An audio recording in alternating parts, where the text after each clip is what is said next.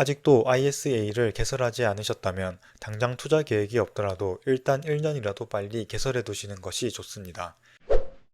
안녕하세요. 심플비입니다. 저는 매주 100만원씩 한국 상장 미국 지수 ETF를 적립하고 있는데요.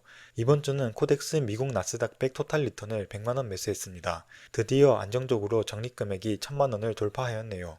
투자와 세금은 떼놓을 수가 없는데요. 특히 내년부터 금융투자소득세가 부과될 예정입니다. 많은 개인 투자자처럼 저 또한 많은 이유로 반대하는 중이지만 어떻게 될지 예측하기가 어렵네요. 주요 내용은 국내 주식에는 5천만원까지, 그리고 해외 주식과 기타 상품 수익에는 250만원까지 공제 후 초과 수익에 대해 22.5%에서 27.5%까지 세금을 부과하는 방식입니다. 금투세 시행에 따라 자연스럽게 절세계좌에 관심이 가는데요. 저도 올해 들어서야 ISA를 개설할 만큼 절세에 크게 관심이 없었는데 어디서부터 시작해야 할지 많이 막막하더라고요. 그런 분들께는 일단 ISA와 연금저축펀드를 개설하고 공부해보라고 말씀드리고 싶습니다. 그중 이번 영상에서는 ISA의 혜택과 증권사별 ISA 관련 이벤트를 찾아보았습니다. 자세한 설명을 해드리기 앞서 꼭 드리고 싶은 말씀은 ISA는 지금 가지고 계시지 않다면 일단 개설이라도 해두시는 것을 추천드립니다. ISA의 기본적인 혜택은 다음과 같습니다.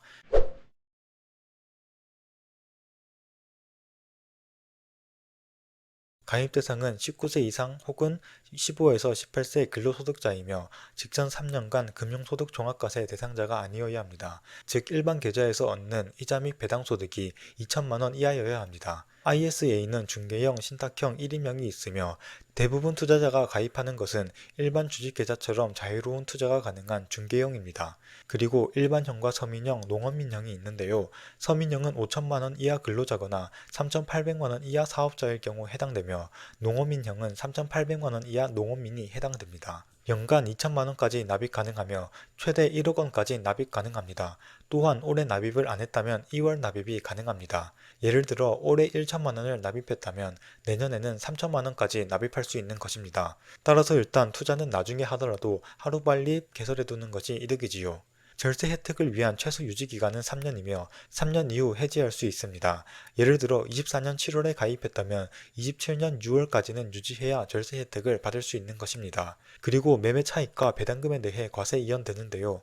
과세 이연이란 세금을 그때그때 원천 징수하지 않고 해지할 때 한 번에 부과하는 것을 의미합니다.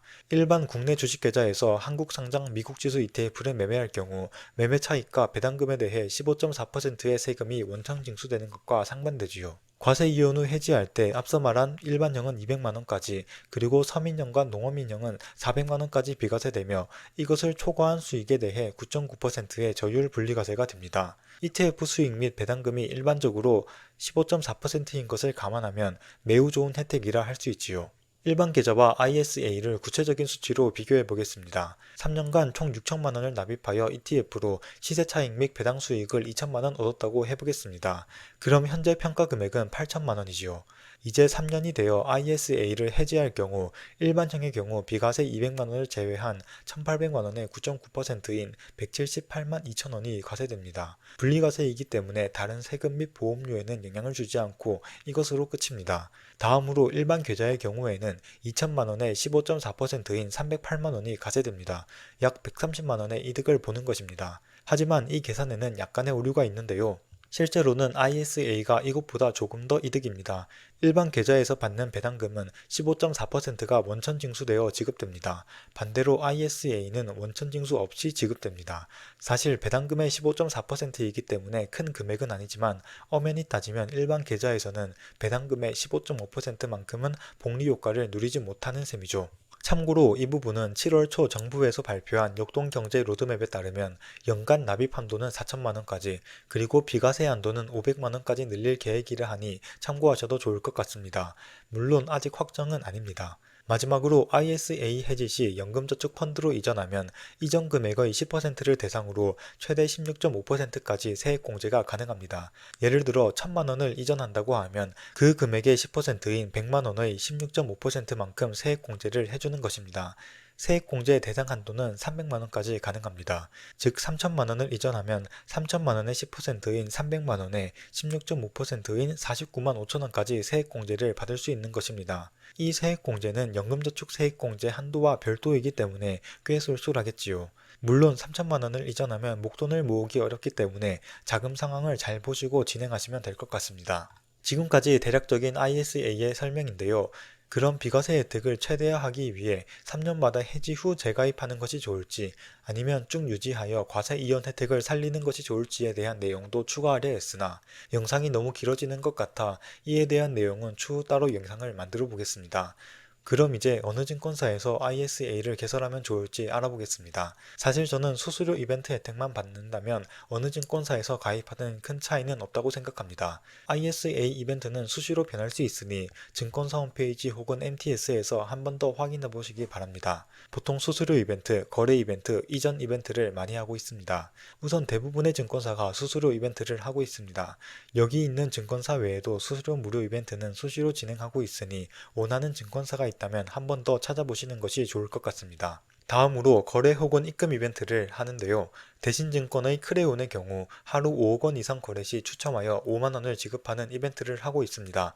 경험상 5억원을 거래하면 높은 확률로 당첨되니 참고하셔도 좋을 것 같습니다. 다만 ISA로는 하루 5억원을 매매하기 어렵기 때문에 활용하기 어려워 보입니다. 그리고 한국투자증권은 100만원 이상 입금할 경우 전원 5천원 지급 이벤트를 하고 있으며 순입금 금액별로 최대 20만원까지 지급 중입니다. 다음으로 KB증권은 KB자산운용 ETF 거래 이벤트를 진행 중인데요.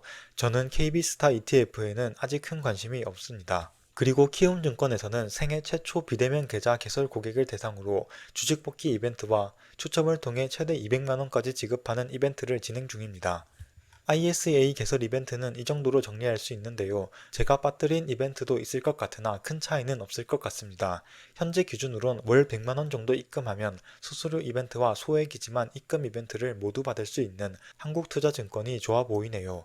매우 안정적인 증권사인 점도 마음에 듭니다. 저는 참고로 미래에셋에서 수수료 이벤트 혜택을 받고 예전에 가입해둔 상태입니다. 이번 영상에서는 ISA의 기본적인 절세 내용과 현재 진행 중인 이벤트에 대해 알려드렸는데요.